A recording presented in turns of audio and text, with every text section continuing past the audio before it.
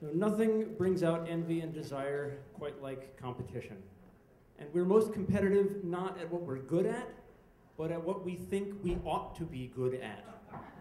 Envy, desire, Scrabble. I have always loved word games. I've been pretty good at them. Boggle, anagrams. I lost a year of my adult life to an online game called Yahoo Word Racer. Anyone? Yes. So addictive. And a few years ago, I decided to take the ultimate plunge and actually join the real world of the only word game that has its own national association, Scrabble. I joined a Scrabble club, meets every Tuesday night. In fact, part of me right now wishes that I was there at the Scrabble club. I can feel them all playing their games in the Chevy Chase Rec Center. And a part of me wishes that I was sitting there playing Scrabble with all the nerds and retirees. And I got into Scrabble in the way you're supposed to. I learned the things you're supposed to learn, the word lists. I learned all 101 two-letter words, including the real weird ones like za, Z-A. It's acceptable. It's short for pizza. That's real. Qi, Q-I, the Chinese life force. That created a lot of controversy when it was added to the dictionary in 2006. Seriously. Then I learned all 1,116 three-letter words. There's some real weird ones in there, like Cume, C-W-M. It means a Welsh hill. It's a great Scrabble word because it's a word you will never, ever use in real life. I cannot even envision a scenario that, even if I were in Wales, on a hill, I don't think I would ever have the occasion to say, this is a nice Cume. But it's a great Scrabble word. It's so much fun. And I learned and I studied and I read. And all these people in the Scrabble club were just so much better than me. So much. Here's an example of how outclassed I feel at Scrabble club. I was playing one night against this guy, and it's getting toward the end of the game. We're about tied, and I know he's got the only remaining blank tile. You know, the blank tile can be anything. And good Scrabble players will always try to turn that blank tile and their other 6 into a 7-letter word. It's called a bingo. It's worth 50 bonus points. And I thought I've set up the board so that there's no possible place he could play a bingo unless he has some kind of word that involves a combination of letters unknown in the English language, which is exactly what he does. He plays Hrivnia, H-R-Y-V-N-I-A, Hrivnia.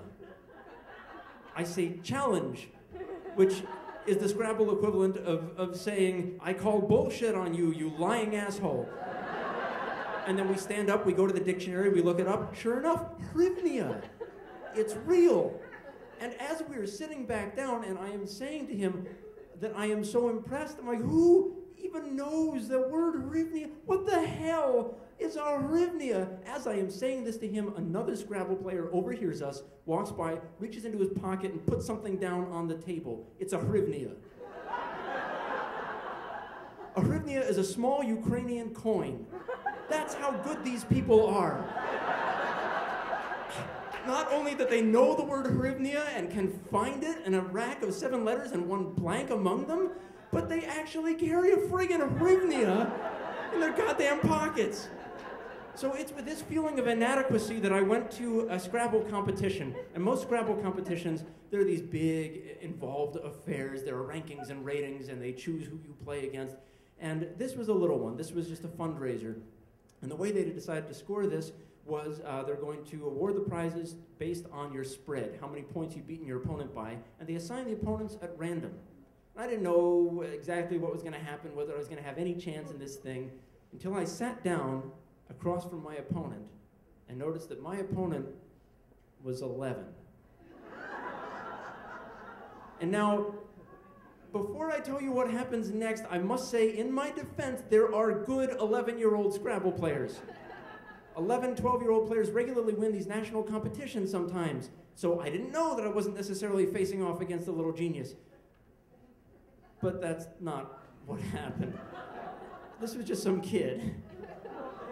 Just a kid who had come to the Scrabble game with his dad. And I opened the game strong. I play choir, Q-U-I-R-E. It's a bookbinding term. The Q is on double letter, and the whole word is double because it's the opening play, 48 points. I later front hook choir to make squire, and I front hook that to make esquire. I'm ahead of the kid by quite a bit. My next rack, is AEFTRU blank. There's a D on the board, and I'm scrambling the letters around, and I see outfared, O-U-T-F-A-R-E-D. Is that a word? To fare better than somebody? I have outfared you? I don't know. And if this were a regular Scrabble game against a Hrivnia kind of guy, I would never make a word like this because he'd say challenge and it would be gone. But a part of me said, this kid is in awe of adults. Make the word. He's not going to challenge you. So I play outfared, of course missing the real word featured. Whoops. Did not find that out till I got home and typed it in the anagram search generator. Oh well. Outfared, and the kid doesn't challenge. Boom, 70 points. I go up even more. My next rack contains my biggest Scrabble bullshit moment of shame. My letters are B-I-T-I-N-G-S. Bitings. Could be a word. I cannot eat this cookie, for there are bitings about the edge.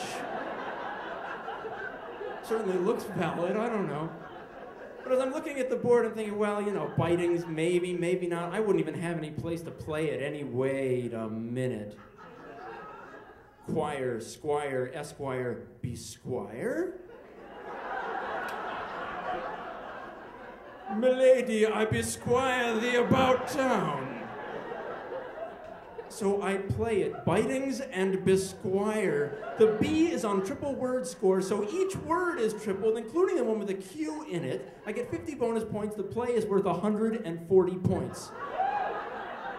Any Scrabble player who knows anything would have challenged immediately. He doesn't. He just gets really sad. By the time the game is over, I've beaten him by 300 or 400 points. His father comes over and says, how'd you do? And his father says, well, at least you played a good game. And his father looks down at the game board.